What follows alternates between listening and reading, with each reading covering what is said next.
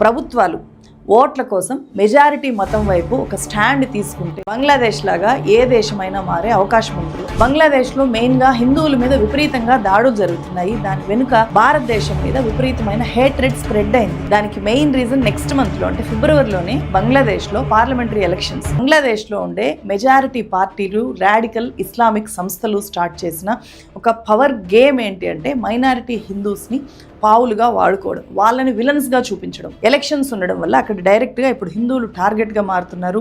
వాళ్ళ హక్కుల్ని కాదు కదా, వాళ్ళ ప్రాణాలను కూడా కాపాడుకోలేనంత దుర్భరమైన పరిస్థితుల్లో ఈరోజు బంగ్లాదేశీ హిందువులు ఉన్నారు. బంగ్లాదేశ్లో మైనార్టీలైన హిందువుల మీద దాడులు కొనసాగుతూనే ఉన్నాయి. ఒక్క 2025 డిసెంబర్లోనే 51 దాడులు జరిగాయి. 11 మంది మైనారిటీ హిందువులు హత్యాకాండకు గురయ్యారు. ఆగస్టు 2024 నుంచి ఇప్పటి వరకు 2900కు పైగా దాడులు జరిగాయి అని చెప్పి మీడియా రిపోర్ట్స్ చెప్తున్నాయి. మూక దాడులు, పక్కా ప్లాన్ మర్డర్స్, మహిళల మీద అత్యాచారాలు, అరాచకాలు లెక్కలేనని వెలుగులోకి వస్తున్నాయి. హిందువులు ప్రాణాలని అరచేతిలో పెట్టుకుని బిక్కుబిక్కుమని బతికే అత్యంత దుర్భరమైన పరిస్థితులు ఇప్పుడు బంగ్లాదేశ్లో ఉన్నాయి. 1971లో బంగ్లాదేశ్ విముక్తి కోసం పోరాడిన యోధుడు జోగేష్ చంద్రరాయ్ ఆయన భార్యను రంగాపూర్లో వాళ్ళ ఇంట్లోనే చంపేశారు. కాళీగంజ్ అనే ఏరియాలో 40 ఏళ్ల హిందూ వితంతు మహిళను అత్యాచారం చేశారు. సో దానంతటి వెనుక ప్రధానమైన రీజన్ ఏంటి అంటే మత విద్వేషాలు. మెజారిటీ ముస్లిమ్స్కు మైనారిటీ హిందువుల్ని బూచీలుగా చూపించి భయపెట్టి ఓటు వేయించుకోవడానికి హిందువుల చుట్టూ కూడా ఒక హేట్రెడ్ ప్రచారాన్ని నిర్మించారు. అక్కడ వాళ్ళు ఇండియాకి వెళ్ళిపోవాలి అని చెప్పి దూషిస్తారు,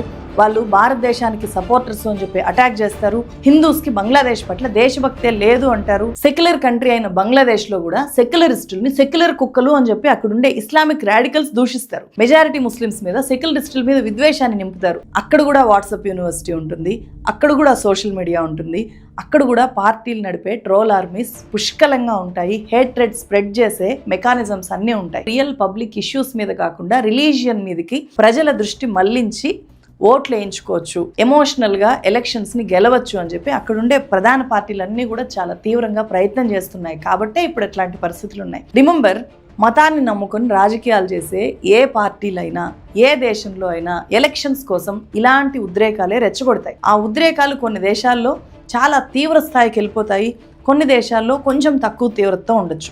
సో హేట్రెడ్ని స్ప్రెడ్ చేయడంలో మాత్రం ఏ మార్పు ఉండదు.